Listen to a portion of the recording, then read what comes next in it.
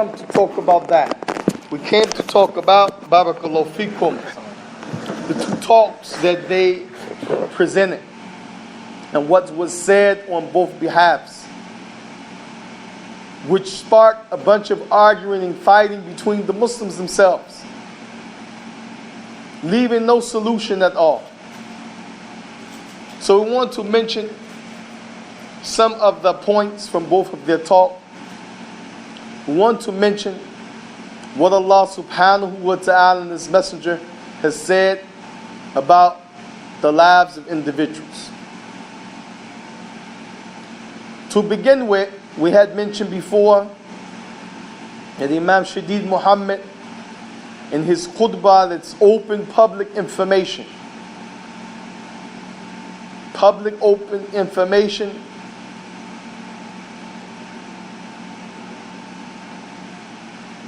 In the last days of Ramadan,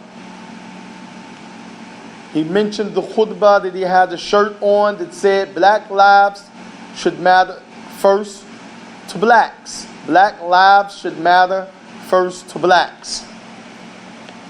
And in his khutbah,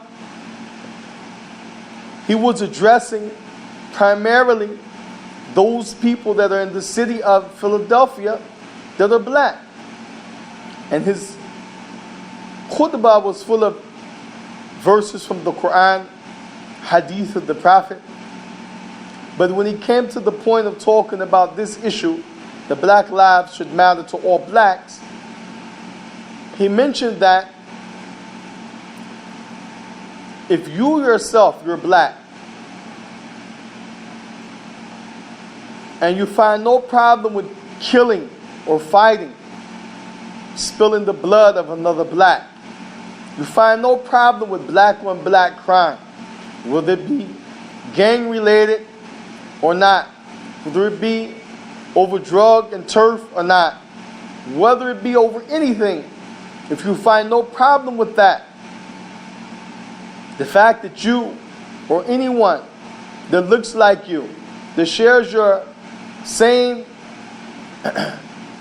nationality or your same ethnic background, that you can kill that person or take that person's life, then what type of audacity, what type of real complaint can you have towards someone else who's from other than your race when they kill someone who's black?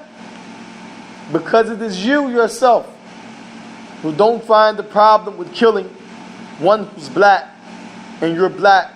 So how can you stay when someone kills the person who's black from the whites and the others? Black lives matter. It's a no-brainer. And this was the point that he was making, that until the people began to understand this concept, this ideology, that it's okay for us to kill one another, but if the white man kills us, then we have to march. We'll have to say no justice, no peace. We'll have to be up in arms. It's okay for somebody to retaliate. Then we ourselves are not being true to what we claim. And we cannot expect to change when it comes to this issue until we change it first.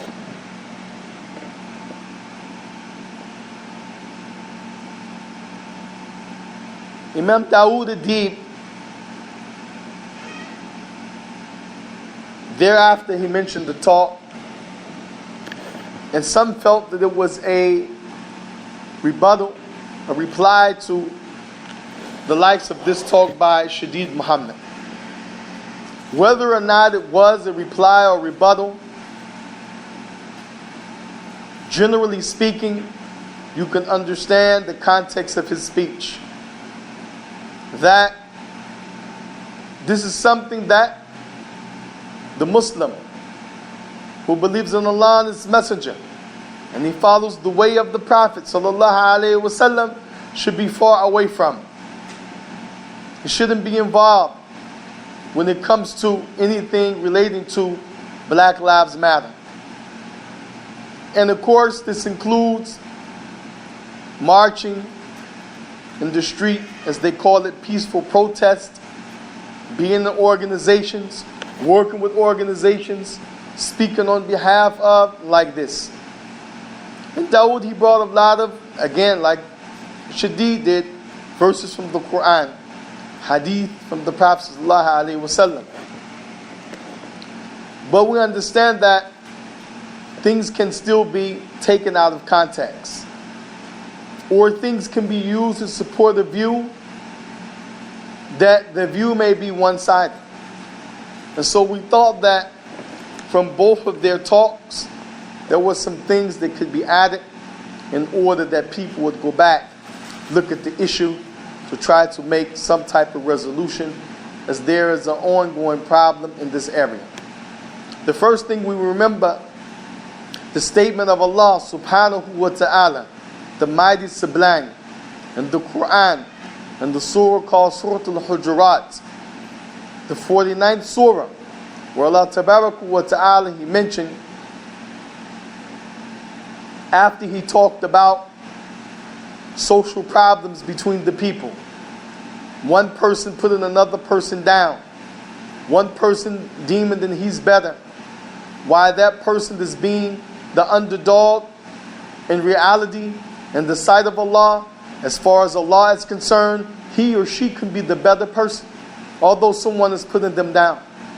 After Allah talked about the issue of nicknames and calling names and having suspicion unjustifiably of a person, or saying something behind their back that they don't like, spying on the individual, which the scholars include spying here also means trying to find and dig for shortcomings. Trying to listen or look for people's mistakes is inclusive in the Islamic term that we translate as spying. The word jasus. Jasus means one who's a spy. The action tajassas means that you are doing the spying. So Allah tabaraka wa ta'ala said, Ya ayyuhalladhina amanu ijtanibu kathiran min adh-dhanni inna ba'da adh-dhanni ithm wa la tajassasu wa la yaghtab ba'dakum ba'da. O you who believe, O you who believe, avoid, abandon, stay away from, shun much suspicion. And here much suspicion means most of the suspicion should be treated like this. Why? Because the Prophet sallallahu alaihi wasallam has said that inna dhanna min akthab al-hadithi. Inna dhanna min akthab al-hadithi. The Prophet ﷺ, he said in authentic hadith that indeed, inna dhanna. Inna means indeed, for emphasizing. Adhanna means what you think, what you perceive about something or a person. So inna dhanna means indeed the suspicion or the perception or what you think. Prophet, he said, min akthab al-hadith, from the word kadhab, which means lying, which means deceit. He said, min akthab al-hadithi, is from the most deceitful type of speech, that which is suspicion. And this is the explanation of what Allah is saying in the verse, Ya ayyuhalladhina amanu ijtanibu. Ijtanibu, to avoid, to stay away from. وَالنَّبِيُّ صَلَى اللَّهُ عَلَيْهِ وَسَلَّمْ يَقُولُ, in the Bukhari or Muslim, قال ijtanibu sab'u mabiqat. The word ijtanibu, again, the Prophet, he used it like his Lord tabaraka wa ta'ala used it. Ijtanibu, from the word janaba, to put aside, to avoid, to remove. The Prophet said ijtanibu. Ijtanibu, the ij here means you have to avoid it. It's a command form. So here the Prophet is saying in this hadith of Bukhari and Muslim, avoid these 7 destructive things. And then he mentioned 7 of them in one narration. Some of them vary. but he mentions 7 in number in both narrations. The same thing Allah is saying here, ijtanibu kathiran min ad-dhann. Kathiran means something that is in abundance. Allah said, leave most of the suspicion. Why? Because there's an exception. If somebody is known for stealing, his jacket is long as Highway 95 for stealing. You have him in your presence, you turn your back for a short moment and something is missing. You have the right to think maybe he took it. Why? Because he has a known history and it's proven. Not just what someone said about him, alleged actions or that which someone spread, but it's clearly factual. He has like 4 felonies for stealing. He pleaded guilty. They found the merchandise in his car and in his house. This is clear evidence that he was a person who was stealing, was robbing. Person, he uses drugs. You yourself find in his car a crack pipe or a stamp. And you know it's his because you found him before using it in the basement of the apartment, in the bathroom of the masjid, in the vacant house. You even walked in on him before when you used to let him or her live with you and they were smoking it. So you know. This is clearly warranted suspicion if something comes up missing and a person like this is around. Doesn't mean that they did it, but you have the right to think, to feel, to draw the conclusion, to have a perception that maybe that person, he or she took it. That's the exception. But Prophet ﷺ said most of the speech of suspicion is from the most lioness speech, meaning it's deceptive. It's not really true. You think you're perceived that it's that, but it's not. And likewise, Allah Azza wa Jal, He mentioned the same thing. Then Allah Tabaraka wa Ta'ala said, وَلَا تَجَسَّسُوا, and do not spy on one another. Eavesdropping, listening when someone doesn't know you're listening. Some of the scholars have included taping. A person without his or her knowledge that you're taping. Likewise, there may be some exceptions in that. When you have warfare or someone plotting, then you may be able to tape without their knowledge. Because if you tell them I'm going to tape, then they won't speak. If you tell them I'm going to tape, then they will hide what they would say if they thought you weren't taping. So the general rule, no suspicion. In the time of warfare, spying, the same thing, is allowed. But spying is not permissible in general circumstances. It is permissible for the parent to check the precincts of the child's room, the child's book bag, the child's phone, the child's laptop. Why? Because he's responsible for that child. She's responsible for that child. As the Prophet ﷺ said, كُلُّكُمْ رَاعٍ وَكُلُّكُمْ مَسْئُولٍ عَنْ رَعِيَّتِهِ. All of you have something Allah gave you that you are responsible for, that you are in charge of, and you will be questioned about that responsibility and that which you have been given charge over. Some scholars even go that far to say the wife, because the man is in charge of the wife. If he suspects something, he can check and see what's in her phone, who she's been calling, like this. There's some exceptions. And this is not for the brothers to go home and start fitna. The sheikh said, take the phone and lock it up and start going through. No. We're talking about warranted situations. Warranted situations. And the same thing, even though the wife is not in charge of the husband, if he has some activity and he's known with women problems, being with different women, and he already has a wife or 2 wives or 3 wives, but he just has a fitna with women, it's okay for that wife. And this happened with one guy. He was imam. His wife said, I'll marry you on the condition I have to check your phone on a regular. If anybody needs to ask you questions from the women, I have to take those questions. And you cannot be the wakil or wali for any woman. He said, I agree. And he married upon those conditions. Why? Because this would have been okay for her to suspect him, to check his phone, which is a type of spying, looking, checking, searching for shortcomings or things that are wrong without the person's knowledge.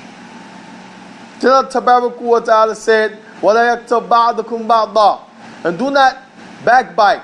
Do not say something in the absence of one another behind a person's back. Then after that, Allah Tabaraka wa Ta'ala in the next verse, He said, يَا أَيُّهَا النَّاسِ إِنَّا خَلَقْنَاكُم مِّن ذَكَرٍ وَأُنثَىٰ وَجَعَلْنَاكُمْ شُعُوبًا وَقَبَائِلَ لِتَعَارَفُوا إِنَّ أَكْرَمَكُمْ عِندَ اللَّهِ إِنَّ أَكْرَمَكُمْ عِندَ اللَّهِ أَتْقَاكُمْ. O you who believe. And this is from the knowledge and the wisdom of Allah that He brought all of these social problems. All of these things that show injustice towards one another. Then in the end, He said, O you who believe. O all mankind. Ya ayyuhan nas. O people. Inna khalaqnakum. I have created you. That's the first thing. When Allah said we here, He's talking about Himself. This is one of the ways He speaks to show His royalty. But He means Himself without any helpers, without anything or partners in the action. Allah solely created you. Then He told you how He created you. Dhakran wa untha, male and female. وَجَلْنَاكُمْ شُعُوبًا. Shu'ub is general, means in different nations. وَقَبَائِل is a little bit more specific. Clans, tribes, nationalities. Then Allah mentioned the reason why. So we can do what's happening today. Be only with your people, like they say, Afrocentric. Everything is about the black people. No matter if he is a person who is a criminal with clear criminal activity, you support him in that because he's black. No matter if she is a lesbian, wal-ayadhu billah, you support her in whatever because she's black. If the man is bisexual, inna lillahi wa inna ilayhi raji'un, you support him in that because he's black. If you want to marry a monkey or a sheep or whatever, you with that, it's okay because he's my black brother. A'udhu billah. This is not why Allah said He created us male and female in nations and in tribes. Is it to abandon the fact that we are black? This is from the choice of Allah Tabaraka wa Ta'ala, and we should be dignified, and not in the haram sense proud, but proud here means not ashamed of that we're black, not to hide where we come from, and not to wish that we were something else. Allah created you like this for one thing, lita'arafu, so that you may know one another. If everybody was the same nation, the same color, the same race, how would you know people from one another? How would you know that from one person can be people from different colors and shades? How would you know that we're related or we're not related if everybody would just link together without any type of distinction? This is a mercy from Allah Tabaraka wa Ta'ala. And this is why Allah created us, male and female, nations, and then tribes, races, and clans, lita'arafu. So we will use that information as a resource. We will use that information as a network. لِتَشَارِكُوا فِي حَيَاتِنَا عَلَى وَجْهِ الْأَرْضِ. So that we will use that information to deal with one another and to socialize here on the face of the earth. Then Allah Tabaraka wa Ta'ala made it clear. None of that matters. when you're talking about who's the best. In the sight of Allah, it's not your color, it's not your money, it's not your lineage, it's not what nation, the tribe you're from. No, it's one thing with Allah. إِنَّ أَكْرَمَكُمْ عِنْدَ اللَّهِ أَتَقَاكُمْ. The kiram, which is nobility. The karam, which is respect. The karam, which in Arabic it means respect, status, nobility, dignity. That comes from one thing with Allah. If you have piety, if you worship Allah, and you conduct your life as if you are a servant of Allah, then you get this nobility. So when we talk about this, who is it that can think that black lives don't matter? When Allah Tabaraka wa Ta'ala said, Inna khalaqnakum, I have created you. Allah created you. So no matter what type of person you are, your soul came from Allah Tabaraka wa Ta'ala. No matter what shade of color you are, that shade come from Allah Azza wa Jal. It has to matter. In conjunction with this verse, O mankind, indeed we have created you male and female, and we have created you in nations and in tribes and clans that you may get to know one another. There's a hadith that comes in the collection of Imam at-Tirmidhi, which is from the 6 groups of scholars of the hadith collection. And the main 6, Imam at-Tirmidhi is in that category, along with Imam Bukhari, Imam Muslim, Imam Abu Dawood, and then Imam at-Tirmidhi is the 4th one. He collected a hadith that is authentic. Others have collected it as well. Imam Ahmad collected it, where a person came to sit down in a gathering, and rather than making room for that person that he may sit, they closed the gap. Like, don't let him sit down, make the circle tight, or don't make room for him. That person, he went away, he left feeling outcasted. It reached the Prophet sallallahu alaihi wasallam that the man was shunned like that. So the Prophet went amongst the people, and he knew that man was present, and he said, who was the one that was shunned from the gathering, that was shunned from sitting amongst the people? That person raised his hand. He said, I was, O Messenger of Allah, I am that man. So the messenger said to the people, do you all not know the family tree of this man? Who he's related to, in other words. And so the Prophet, he started the point. This one is from his family tree. That one was reddish color, a red tint. This one is from his family tree. He was light, like whitish. Like we will say some Arabs, it's a white Arab. He said this one is from his family lineage. He was dark, like black, brownish. This one is from his family lineage, like this. And then he cited the verse, Ya ayyuhan nas, inna khalaqnakum min dhakrin wa untha. O mankind, we have created you indeed. I, Allah Tabaraka wa Ta'ala, stating to the world, I have created you in male and female. وَجَعَلْنَاكُمْ شُعُوبًا وَقَبَائِلَ لِتَعَارَفُوا. And I have made you into nations and tribes that you may know one another. إِنَّ أَكْرَمَكُمْ عِنْدَ اللَّهِ أَتَقَاكُمْ.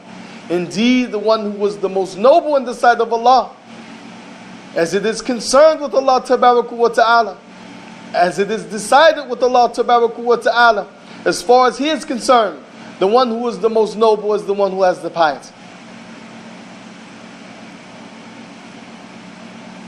So do we not see the extremism for the one who says we shouldn't be involved in that? We're Muslim. Our religion is to learn the tawheed, the relationship between us and our Creator. That's it. But it's not this part of the relationship. Allah clearly showed this is part of our relationship. He created us in this manner. He created us in this manner. And there are many other quotes from the Prophet ﷺ about this, which this also was quoted, this verse, on the day when they went into Mecca without a fight.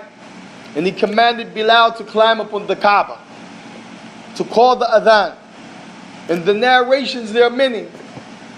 Some of the people on the side said, look at that crow. This is what they said about Bilal, A'udhu Billah, showing the racism. Called him a crow because crows are black. So that's the way of saying, look at that nigger climbing on the Kaaba. This is in the narrations. Is when the narrator narrates the hadith, he narrates what the Prophet is saying, but sometimes he's telling you what was going on around it. And wallahi, this is why we hope when we finish establishing the institute to teach the sciences and the religion, the people will take advantage, young, old, male and female, and learn the Arabic language we'll be teaching, inshallah. Because these narrations are in the books, they didn't translate most of this stuff into English. You go to Fath al-Bari, the explanation of Sahih al-Bukhari, these narrations are there, it's flooded with these narrations. The different wordings, the different narrations from different people about what was going on. About the same incident, but you were standing on the corner, you seen it. So-and-so was passing by in his car, he's seen it. So-and-so was coming out the masjid, he's seen it. But each one seen a little bit something different at a time, and they all have the same story to talk about, like this. So as Bilal climbed upon the Kaaba to call the adhan, some of them said, look at that crow climbing up on the Kaaba. I mean, look at that nigga. A'udhu Billah. Others said, praise be to Allah, who has blessed our forefathers, and meaning his father, the one who's speaking, not to be allowed to witness the day when that crow would climb upon the Kaaba. Can you imagine? Like this. Some of them said, man, Muhammad couldn't do any better than that. To have something like that climb upon the Kaaba, what a disgrace. As they were talking like this, racism. At that point, the Prophet also quoted this verse. Ya ayyuhan nas, inna khalaqnakum min dhakrin wa untha. O mankind, indeed I've created you male and female, to the rest of the verse. Talking about the nations and the tribes. The Prophet ﷺ, the famous hadith, you find it in Bukhari and Muslim, when Abu Dhar was talking about Bilal's mother. Who can tell me who is Abu Dhar? Abu Dhar. Anyone? Abu Dhar al-Ghafari. Is he Sahaba or is he Tabi'een? Is he from the first generation, which is Sahaba, or the second generation, Tabi'een? Which one? First generation. Somebody said first generation. Barakallahu fikum. Ahsanta. You have executed that reply. He's from the first generation. He's a companion. A noble companion, by the way. Had a lot of high quality virtues and good points about him as a person and, of course, as a companion. But as a human being, the companions had shortcomings. And there's a rule of thumb when we talk about the companions. And this is only because the people of innovation, they attack the companions to remove the companions, because if you attack the companions and you remove the companions, guess what? You attack and you remove Islam. As they carried the Islam of the Prophet's death to the world. So if you eliminate the companions, if you erase the companions, if you attack the companions, guess what? You do away with Islam. So because of this, the scholars have made past and present a rule that you don't talk about the shortcomings of the Sahaba. You just keep that door shut. Except if there's a genuine lesson to learn from that shortcoming. This is the reason we're mentioning this now. The benefit of racism. the benefit of black lives, if they matter or not. How it is viewed in the book of the Sunnah. How the Prophet treated the lives of a person, be it black or not. So Abu Dharr al-Ghifari was Sahaba. He said to Bilal ibn Abdul Rabah, who had a brother named Anas ibn Abdul Rabah, and he had another brother called Ata ibn Abdul Rabah, who was from the Tabi'een. Ata was from the students of Abdullah ibn Abbas and from the major scholars of the tafsir, and he was black and he was a freed slave, Ata ibn Abdul Rabah. Bilal ibn Abdul Rabah, the companion, the mu'addin of the Prophet, Abu Dharr said to him, you are the son of a black woman. In other words, you a nigger like this. Meaning you are the son of a lady who's black, who's not Arab. Why? Out of racism, out of jahiliyyah, out of thinking that I'm better than you because I'm Arab. Because Abu Dharr himself was a black Arab. So he felt, I'm black but I'm Arab, so I'm better than you because you're African and you're black. The Prophet, he disdained this kind of talk. The Prophet, he scored Abu Dharr because of this, rebuked him. He said, are you calling, are you saying something out of my presence that's from the days of Jahiliyyah, from the days before Islam, from the days of ignorance? He said, Da'uha,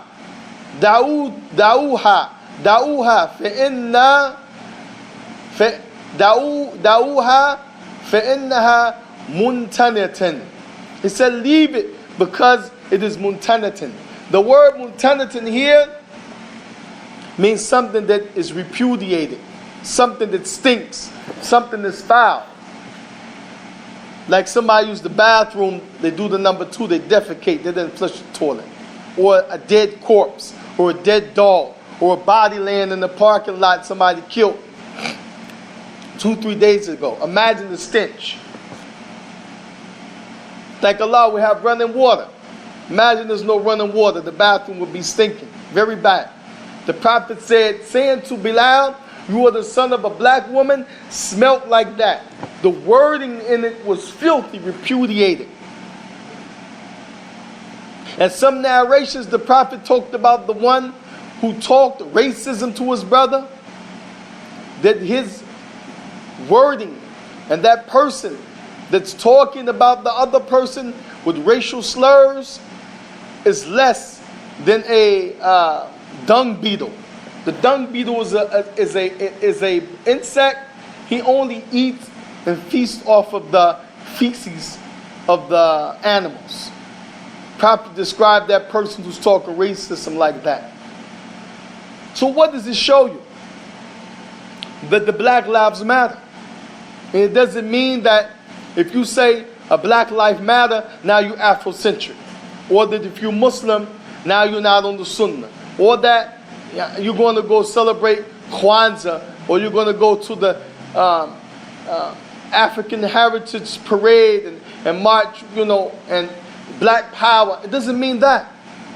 It only means that if you understand that, or if you connect yourself to the reality that Black Lives Matter, to organizations and people that feel like you have no limits. As long as the person is black, then you should support them and be down with them. Likewise, when we talk about Barakallahu Fikum, the issue of organizations. Yeah, there's an organization called Black Lives Matter. How many of you know that? There's an organization called Black Lives Matter. Anybody here doesn't know that? If you go and look up the organization, it's said that it's founded by 2 ladies. But the ladies are lesbians. And they support homosexuality and this thing when you can have your sex change and it's accepted now in America. A'udhu billah. Allah created you dhakr and untha. Why would you want to change it? Allah made you a female. Why would you want to be a male and vice versa? And Tabarak wa Ta'ala mentioned, يُغَيِّرُونَ خَلْقَ اللَّهِ, that the shaitan would change the creation of Allah. This is part of changing the creation of Allah. Where it's okay now that you can do whatever you want with your body. That's not your body, but it's belonging to Allah Tabarak wa Ta'ala. ثُمَّ إِلَى رَبِّكُمْ تُرْجَعُونَ. Because when you die, you will go back to Allah. It's not your body.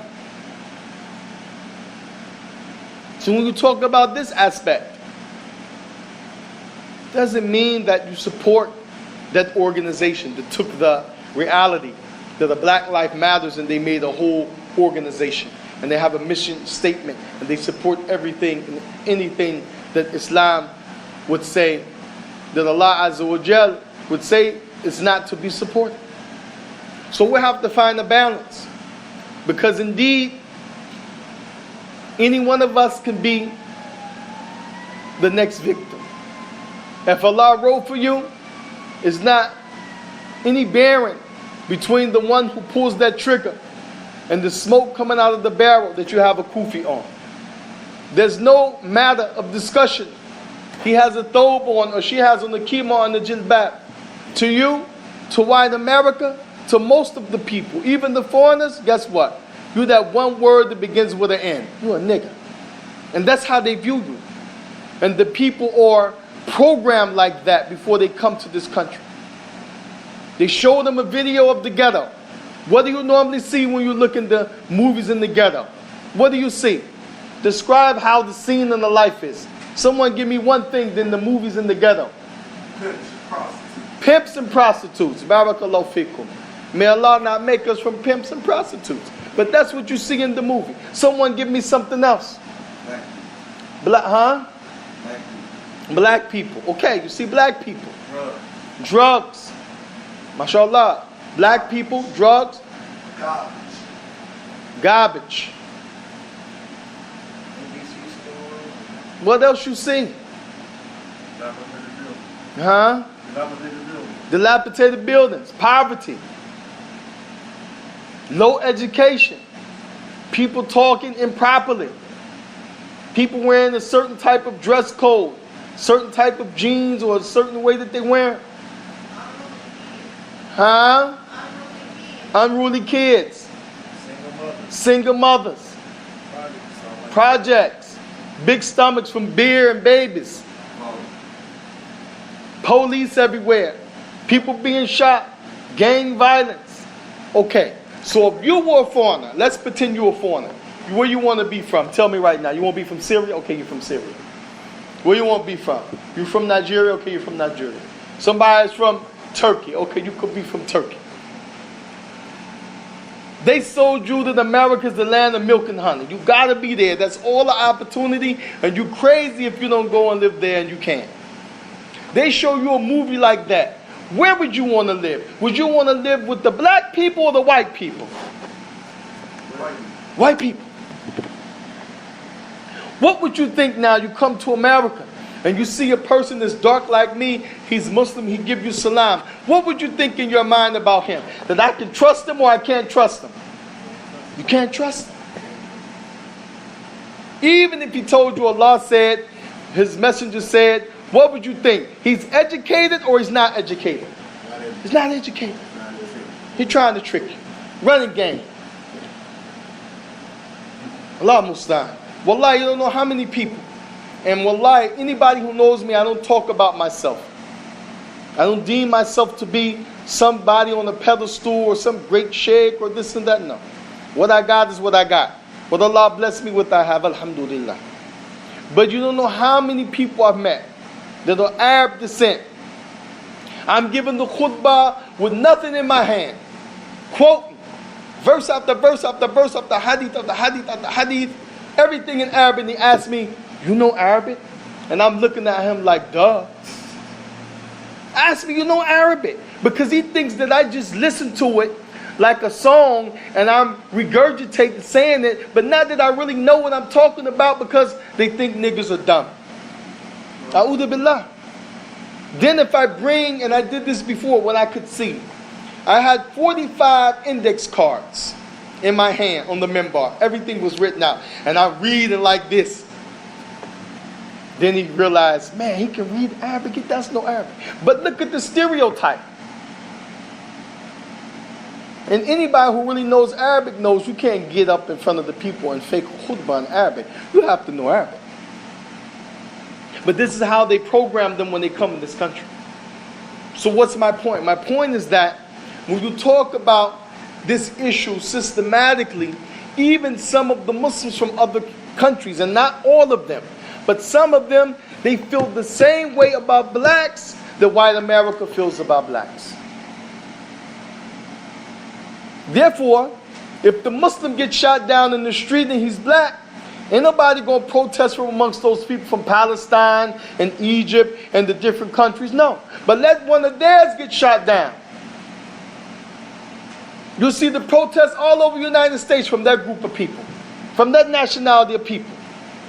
And CARE going to come on TV, NAACP and all of them. But if the Muslim gets shot, who's black, you might not even hear it on the news. Let alone that agency stand up and say, we need to get justice. But what they put in front of the TV for us, Al Sharpton, with his hair slicked to the back with some Crisco in it. For the Muslim, this is all we got. So what does this mean? We have to talk about it in light of the Quran and Sunnah, because we have to be able to deal with this for the Muslim. And yeah, anybody get harmed, black, white, Muslim, non-Muslim, it's wrong, we should be against it. But we understand for us as blacks, really, we have to be real. Because we put on the thobe and the kufi, that didn't change nothing in the eyesight of American society. That either made it the same or worse. But it didn't change nothing for the better.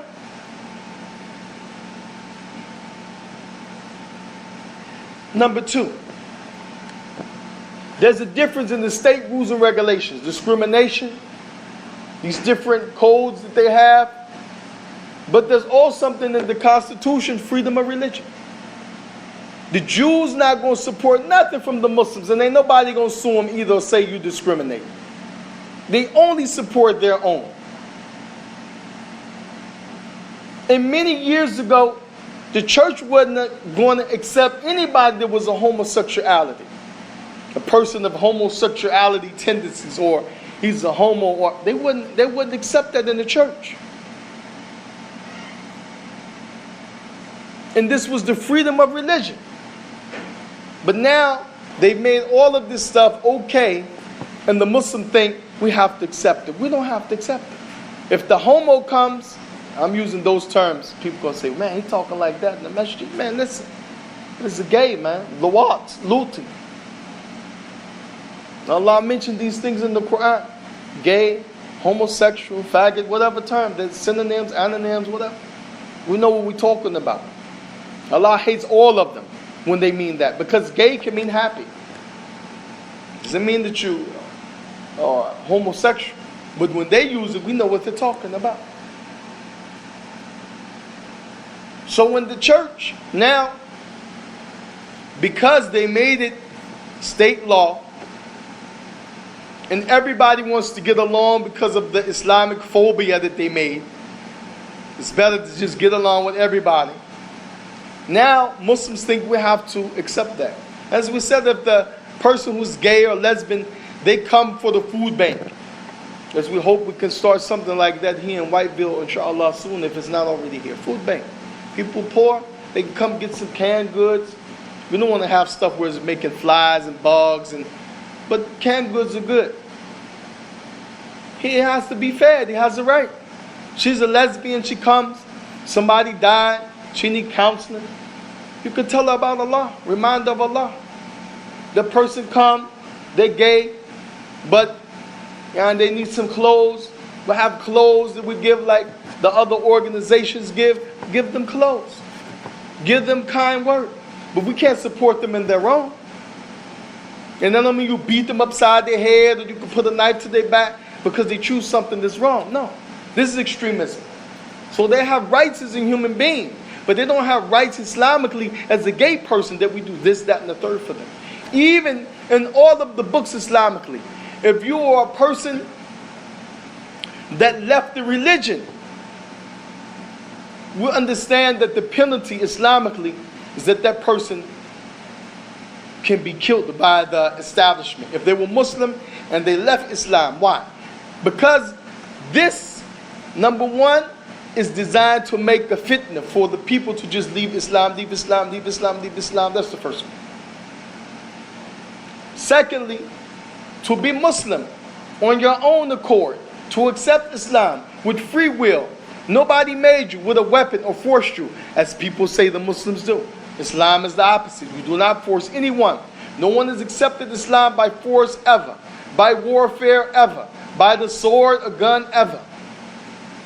They accept it by the character of the Muslims and the conversation of the Muslims and what they say. So if they accept like that, and they willingly go outside of that, they're saying that Allah is false, Allah's religion is false, and this is the biggest crime. Because if you say Allah is false, His religion is false, then that means somebody else is the creator.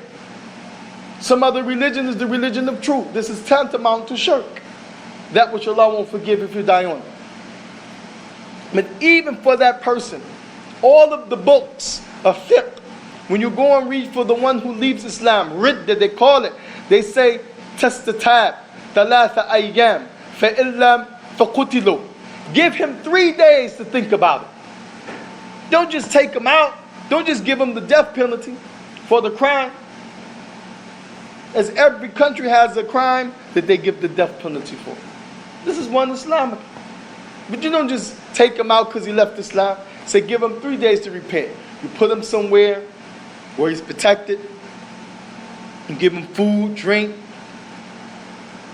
Let him think about it. Because sometimes people make decisions and do things because of circumstances. Sometimes because of fear factor. Sometimes because of being forced. Sometimes because of being tricked or misled, misinformed. So if that's the case for the one who did the worst crime, leaving Islam, then what about the homosexual? All of them say any crime that a punishment is administered in Islam, fornication, adultery, homosexuality, bank robbery, leaving the religion, any of them, give the person a chance to make tawbah first. It's the beauty of Islam.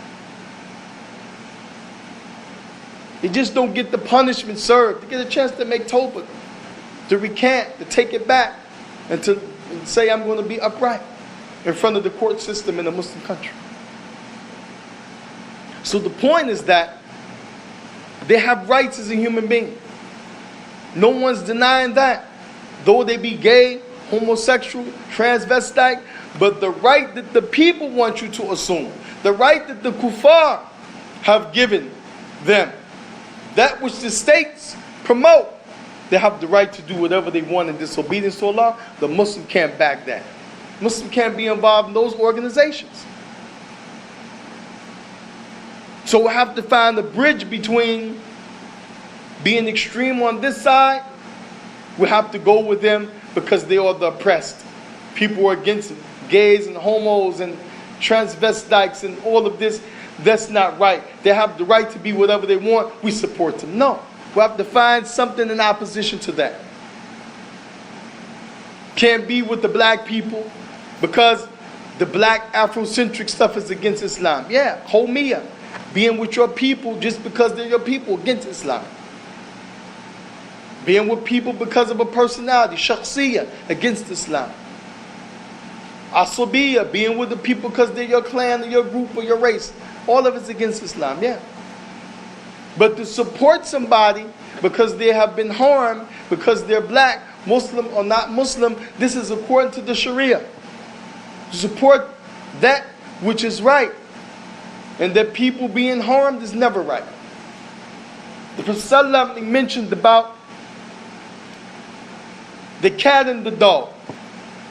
He gave the example of the lady that put the cat in the closet.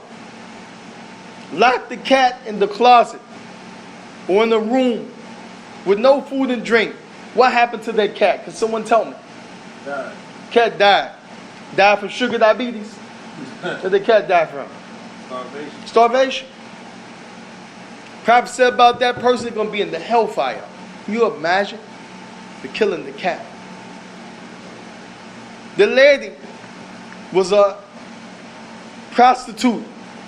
But this is not new stuff. This didn't come about in the 2000s or the 1900s. This is old stuff, people prostituting. It was a prostitute. She seen a dog very thirsty. Very thirsty, like dehydrated, frantically looking for water.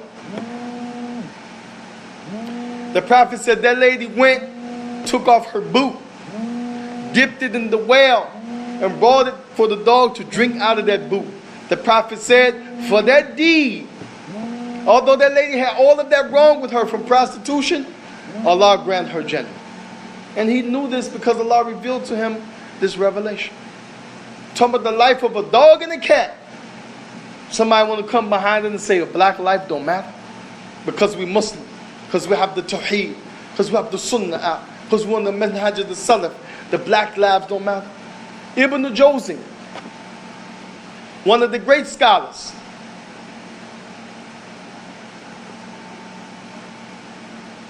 who's famous for his work called Talbis Iblis, the deception of the devil, from Iraq, Imam Ibn al-Jawzi. He has a book he wrote called The Virtues of the Black Salaf. Allahu Akbar. What is the black Salaf? The people of the past that were black, from the companions and the Tabi'een.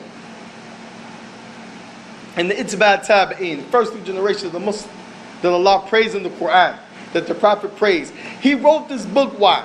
To show we're better than the white people, or we're better than the white companions, we're better than the white Tabi'een? No. Because people were doing the same thing back then, making up lies against them. If you find them and they're hungry, they will steal.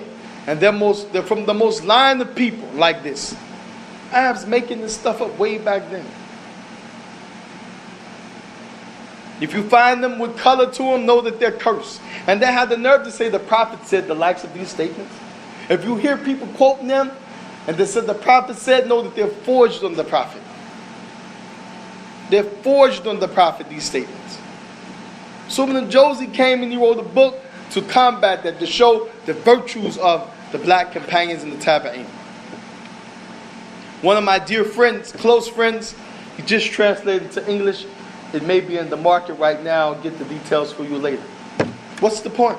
Every life matters, man. Alhamdulillah. Because those souls belong to Allah Tabaraka wa Ta'ala. Allah created us for the worship of Him. The only reason we created to worship Allah.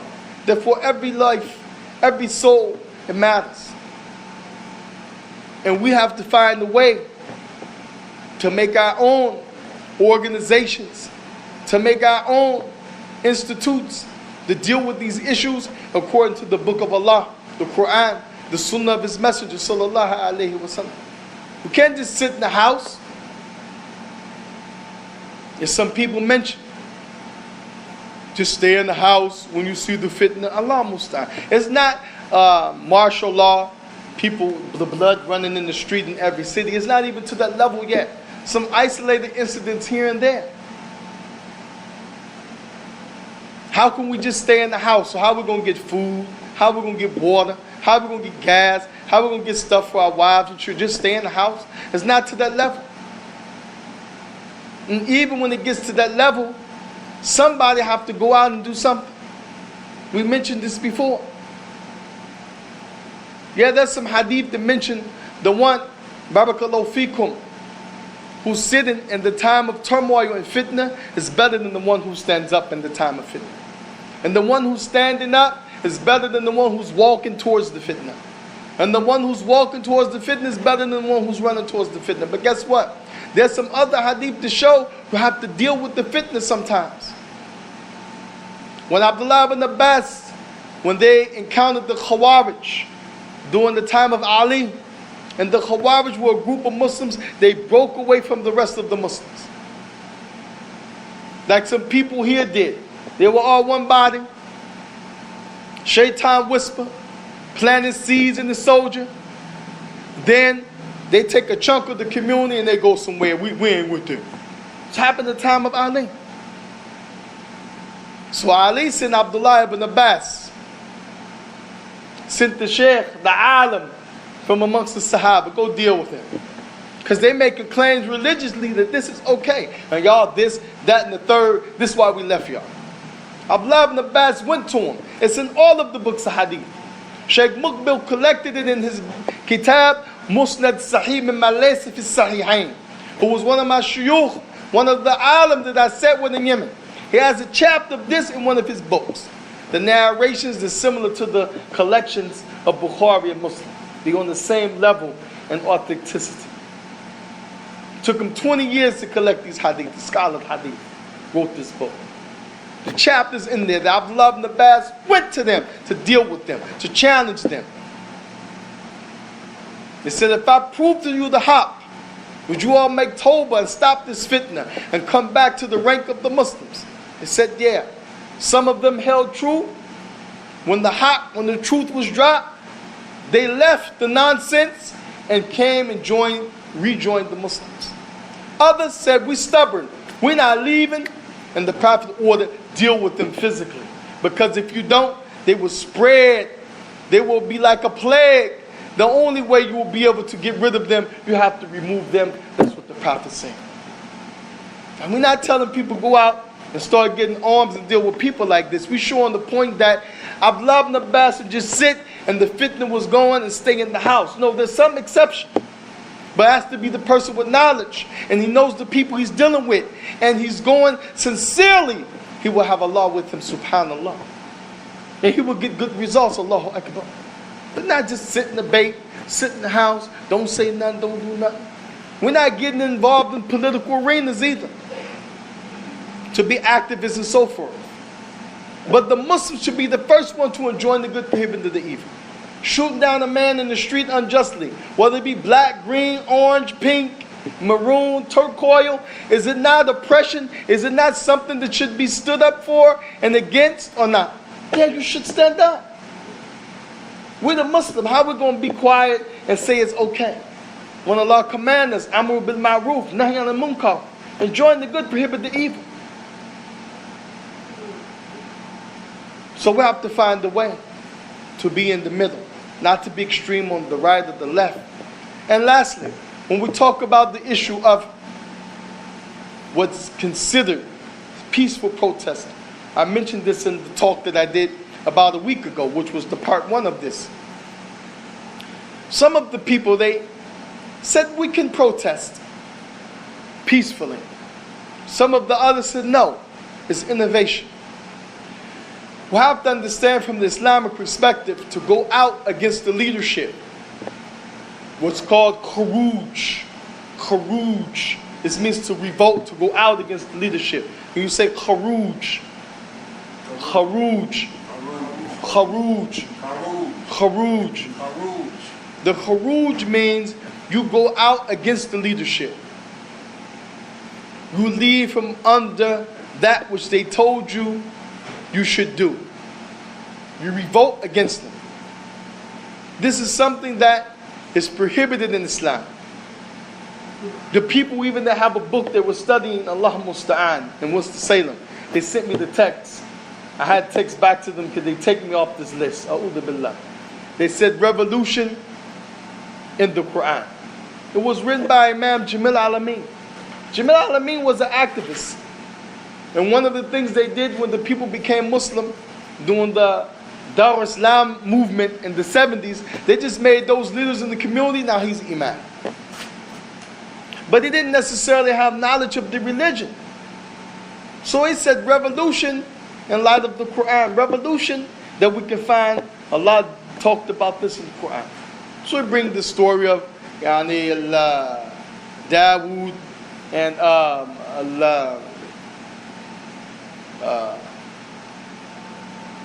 Jalut and his troops. But you can't say this is a revolution.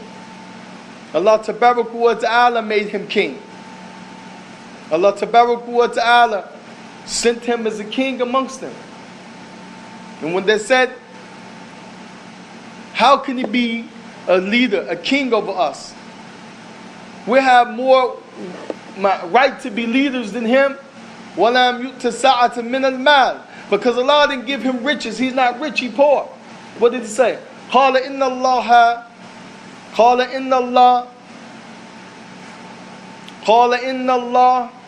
said, verily Allah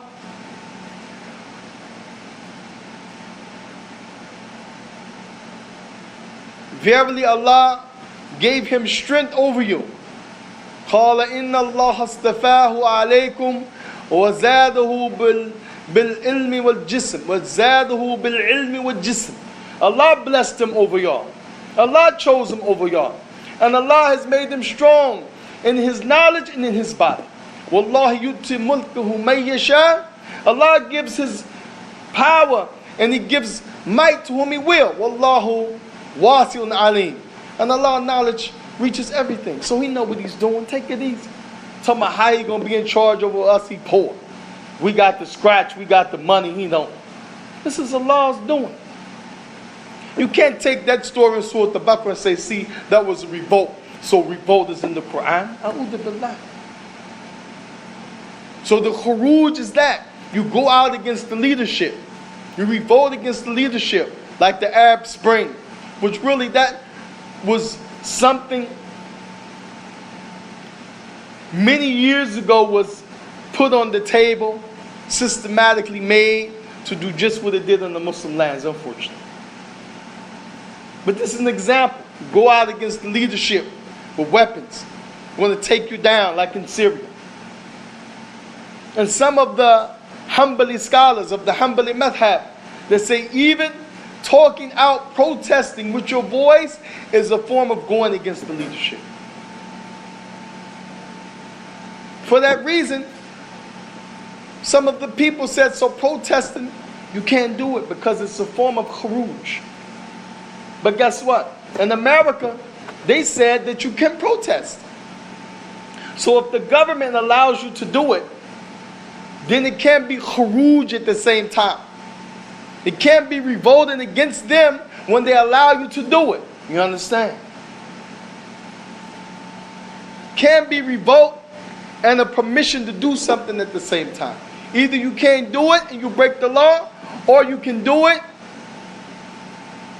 and there's no breaking the law.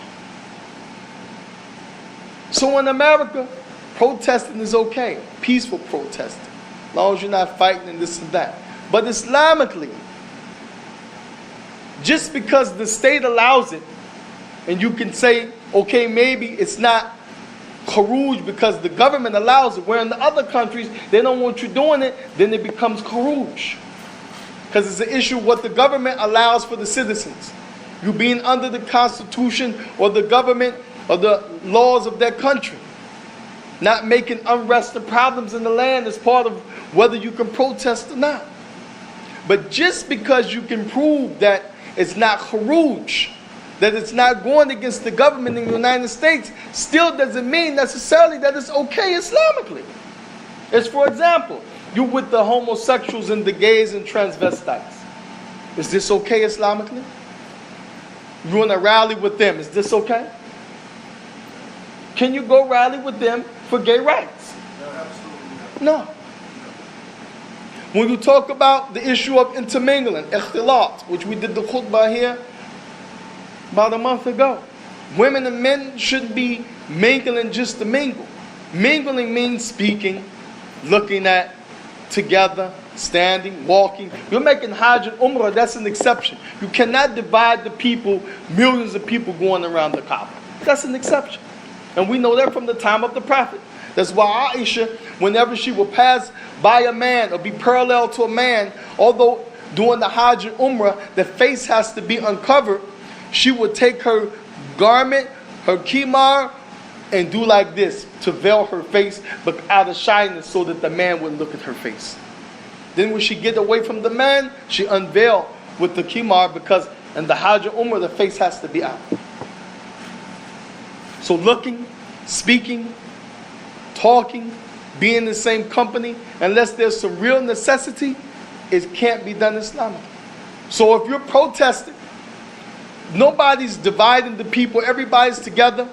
You might bump a lady, rub her. She might rub you. You're in front. She's in back. She's on the side. You smile. You hold hands. How you doing? This Allah Muslim. Violation of Islam. Has to be necessity. It's different if they in the back and all the men in the front, but people not going to organize like that. Because part of the whole thing is freedom to do what you want. Then, even if it's peaceful, what happens if somebody makes a ruckus? Somebody throws a cocktail bomb in the crowd. Now you have all of these numbers of people stampeding, fighting, this and that. It can lead to something bigger. And there's a principle in the Sharia. There's a principle in Islam. Something that leads to something bad in itself, that thing becomes bad. Something that leads to something good in itself is an obligation just like that good. So when we talk about these issues, it's not just that cut and clear. Well, in our country we can do it, so it's not going against the leadership. No, have to look at everything, man. Can't be quick to jump out of emotion and this and that. And it's difficult. It's a painful situation. But we got to know what we're doing. And we need to make solutions. We need to make valuable solutions. And that which would afford us the help of Allah subhanahu wa ta'ala. As none can help us against this oppression and help us in this fitna except Allah tabaraka wa ta'ala. We ask Allah subhanahu wa ta'ala to bless us to be from amongst those who Allah Azza wa Jal guides to what is right. We ask Allah subhanahu wa ta'ala to bless us to make a difference and not to make an indifference. We ask Allah subhanahu wa ta'ala to protect us from all of the fitna, racially, the divide and conquer. We ask Allah wa ta'ala to hold back the hand of the oppressor and the hand of the one who's being oppressed from one another. We ask Allah subhanahu wa ta'ala to rectify our affairs and to spread the correctness of His religion on the face of this earth, that people may have the real justice in this life.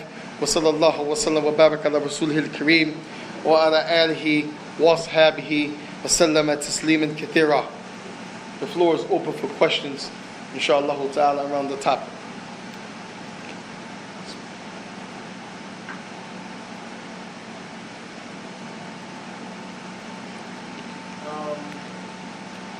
And for starters, the brothers can just say, I have a question. You don't need to say, Salaam alaikum.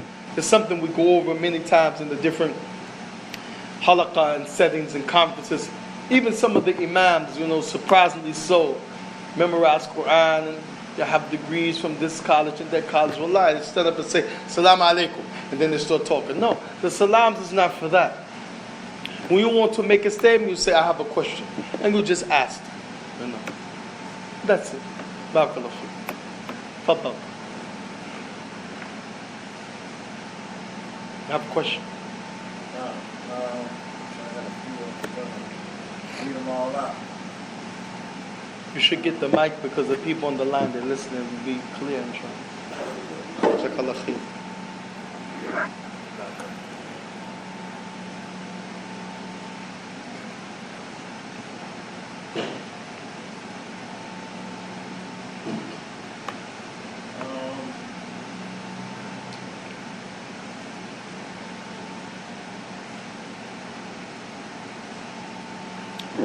Any questions that people can gather their questions momentarily if you have questions on the speaker. So as you said about the no protesting, this is part of the people's book, and on retrospect is what they do. What is the alternative? Alternative other than just asking Allah when you see matters like this happen in your community? Bismillah ar-Rahman ar-Rahim, salatu wa salam ala rasulillah wa ba'. To begin with, there needs to be a clarity / correction. I didn't mention the fact that the protesting is from the people of the book. I mentioned that in America, it's not considered khuruj, going out against the government, the leadership, because they allow you that in their constitution.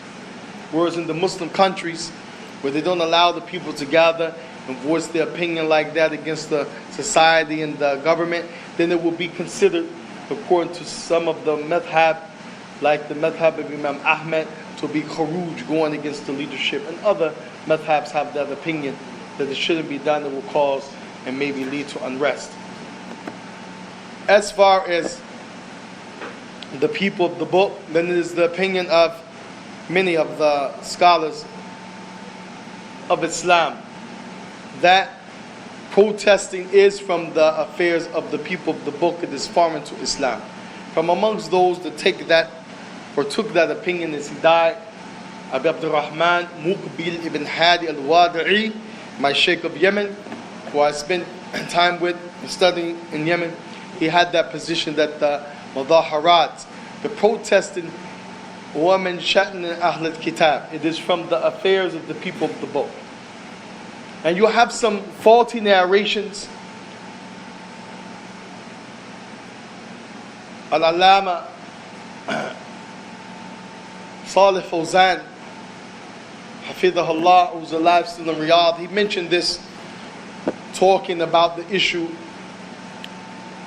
of protesting. He said there's a narration, and other scholars have mentioned it, that when the Muslims were in Mecca and they were oppressed, they formed a single line and they marched out to the Kaaba in a single file. Whoever heard this narration? Somebody had that narration before? Then when the Muslims were in Mecca and the Quraysh were tripping, they were making problems for the believers before they made the migration, that Abu Bakr and Umar and those people that accepted Islam, they went in front of the Kaaba and they were marching in single line. This is fabricated. Yeah, they lined up to make the salat and so forth, but they didn't march like we're talking about, we Mecca, we are the Muslims, or whatever like this. No. But people make up things to justify their programs. This is one reason people fabricate hadith. When we study the science of hadith in the college that I'm in now, and when we're in Yemen, one of the reasons people create hadith al-wada'i, wada'i means you make something. So hadith, mawdu'a, sayings that are forged. You make up something, you say the Prophet said, you stamp his name on it. Has no chain of narration. The wording goes against everything that we know to be authentic. It just contradicts everything. And there's no other way except you made it up. One of the reasons someone would do that is to justify movements, justify ideologies, justify the following of the sheikh that they love so much and like this. So they fabricate that. They say that the companions, they marched in front of the Kaaba. No, they didn't. Foreign to Islam. From the ways of the Jew and Christian, as Sheikh Muqbil he mentioned. But we in America, this is a Jewish and Christian environment. Although people say this is not a Christian state. Man, this is a Christian country. They're the majority. Churches all over. Got more churches sometimes on corners than the stores that people go in and buy milk and eggs. Christian country. So, Jewish country, they run the country. People of the book. So this is why it's here in America. This is why we know about it. We grew up with it because we're in this land. It's part of our culture in America. So the first thing we want to know, what do we do? Do we use, do we not do it? The brother said, besides making dua. Wallahi, tallahi, billah. This is to emphasize the point by swearing. If we were doing what's right as Muslims, if we really made dua the way that we are told to make dua, in wording, in belief that Allah will answer it, if our lives we were living right, we're not eating haram, drinking haram, the dua will be answered. That's the biggest weapon that you have, the dua. We don't need anything else. But we're not making dua as Muslims, as individuals in our salat, not getting up in the night. You take a census how many people make dua in the salat that Allah change our situation, racism or police brutality or the oppression of everyone, including the Muslims, most people probably don't make that dua. Oh Allah, heal me, I'm sick. Or Allah, help me on my job. Or Allah, forgive me, I didn't mean to do this or that. Maybe. But this issue, people will lie. You see? The biggest thing. I mean, the Prophet and them went through more than being shot in the street by police or guns. They went through a lot. They were driven out of their homes. We're still in America. And nobody rounded us up and Uda Billah. We hope not that we don't see those days. Ain't nobody rounded us up, took us somewhere, this, that, and the third. They had to bounce for their lives. Then when they went, the people still sought out to go get them and kill them there. Starve them out. Don't do business with them. Don't marry to them from amongst our women. We don't have none of that on our plate. 31 flavors of ice cream. Which one you ate today? You eat any one. Different flavored sauces and steaks and chickens and pies. And man, we live in the Jannah. Allahu Akbar. But we're not making dua like Allah commanded. We don't believe the dua would really be answered. Yeah. So that's the first thing we need to get right. The dua. The effect of the dua. Or we making the dua. Or we making and say, well, I've been making, ain't nothing happen. So we impatient. Or we keep making it. Secondly, wallahi, I'm not saying we don't need to voice nothing or be heard. But we have to be organized and we don't have to protest to be heard. We can go on the news. We can write editorials. We can make a press conference. We can go to the city hall. We can go to the mayor. We're not using those venues. But we want to march in the street because this is what society say we do when something happens. Nah, man. Not like that. So, there's a way to do it. We just have to find out what way that is that Allah is pleased with. And Allah subhanahu wa ta'ala knows best. This is some of my advices, the dua, to be sincere, to make sure that our belief is right in these categories. And to, if we can make a difference, someone will listen to us, talk to the heads, get in the news, get on the editorial, have something, press conference or seminar or something with the people who need to hear some of this kind of stuff. Maybe we can, arrange it with the, city hall of this town, or, go to some of the churches that have power and say we want to do, a presentation so y'all can know what's our point on Black Lives Matter. They're going to listen, especially if they're black. Then we drop it. We have the newsroom and the mayor and everybody there. Have the freedom of speech. Because they think we just want to push you off a building if you're a homo. I said, man, that's not true. Well, they do it in the Muslim countries. That's not true either. You know how many homosexuals in the Muslim countries, shame to say? Talking about being pushed off a building, boy, be a lot of bodies off the buildings. But people make up stuff, man. Then they spread it and people think, yeah, that's what we're upon. No. No. Further. Question. I think, you get the mic. Because the people listening and people on the internet. I think that, sometimes we should talking the mic. Look towards our deen and see what it tells us, as far as the deen establishing it.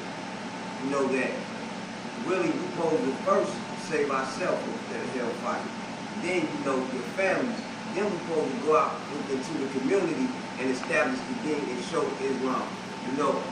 We know that Allah makes Muslims for indeed, but I think that we need to strengthen our community, as far as our deen and addressing that if we had strong communities, then sometimes we could erase some of these situations that happen.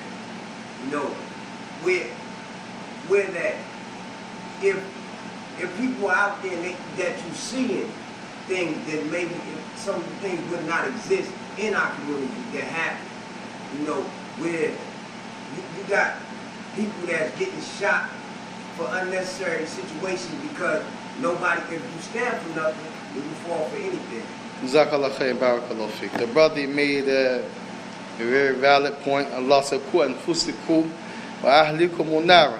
Save yourself and your families from the fire.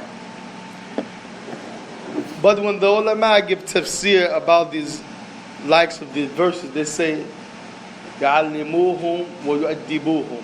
Teach them and give them the proper mannerisms that they should follow from the religion. This is a social issue. And these issues are a little more complex than just your family and so forth, because this is the kind of attitude that the other side takes against the side to say we shouldn't just sit back. I said, no, we should just focus on the tawheed, learn the religion, don't worry about that.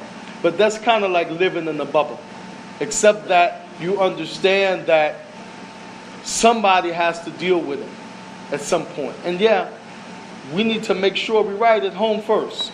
Make sure our communities are strong. But we've been doing this for, 40, 50, 60 years. And the communities are worse now than they were 20 years ago. Division is more than unity 30 years ago. So if we wait on getting solidarity and making the community strong, we're going to lose everything. So we don't have the time. It's like very critical that we get some things in line. And it could be that, this is one of the things to help the community get strong. So I agree with you, 50%, and add another 50% that it's not just the immediate family or the community, but it's inclusive. Because, again, any day, that family that you're talking about could be on the line. Somebody could go from one of us, you see. So it's a combination. Strengthen the community, Jazakallah khairan. Strengthen what we have, but work on some alternatives and some resolutions to this problem at the same time. Barakallah feek. Any more questions? Something like Salam. Something I want to smack about putting out. Huh? You say Sheikh? Something I want to smack about putting out. Oh, okay. So my question is this. Then I want you to look at the see if somebody type anything in. Go ahead.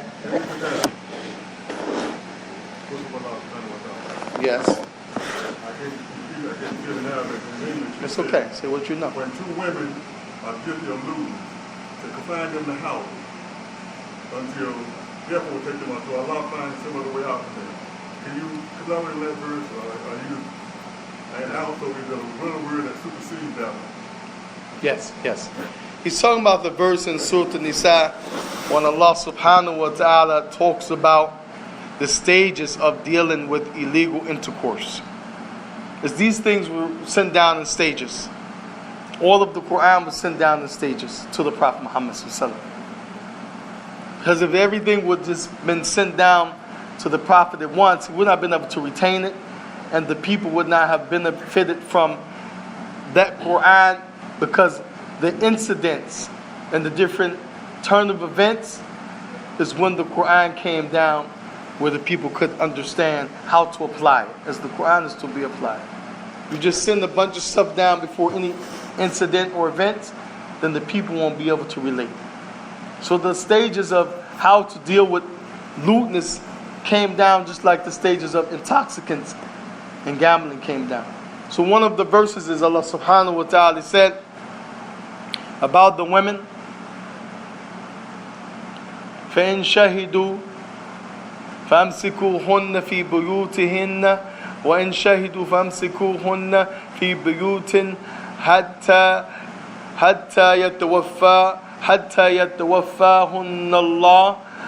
يَتَوَفَّاهُنَّ اللَّهُ أَوْ يَجْعَلَ اللَّهُ لَهُنَّ سَبِيلًا. And if you have witnesses that the two women made illegal intercourse, have witnesses, the Prophet ﷺ mentioned 4. And the reason the Prophet mentioned this, because it's going to be kind of hard, not impossible, but difficult for 4 people to be looking through the window or to be looking through the door and seeing the same thing, and all 4 of them can say together or separately the conversation and narration word for word exactly. Why? Because the penalty for the person who does illegal intercourse is death. So again, the life matters. Although it's a punishment to keep the society clean, to keep the people wholesome, the life is the most important thing. So Allah gave so much leeway before it comes to that person having the penalty because of the illegal intercourse, of the penalty of death, to the point that Allah said, and if you bring your witnesses, meaning 4, then put those women in the house. Keep them in the house until Allah subhanahu wa ta'ala takes their soul, meaning until they die. Or Allah brings another verdict later on about how to deal with it. So this type of verse just shows the harm of illegal intercourse. The harms of not being married and dealing with the body parts of the human being and the halal. Even we're doing the class on the book of marriage on Mondays in Durham. One of the benefits of marriage, the author said, to protect the body from sicknesses and diseases. But people think like, if you have more than one woman you're with, this is the cause of diseases. Nope.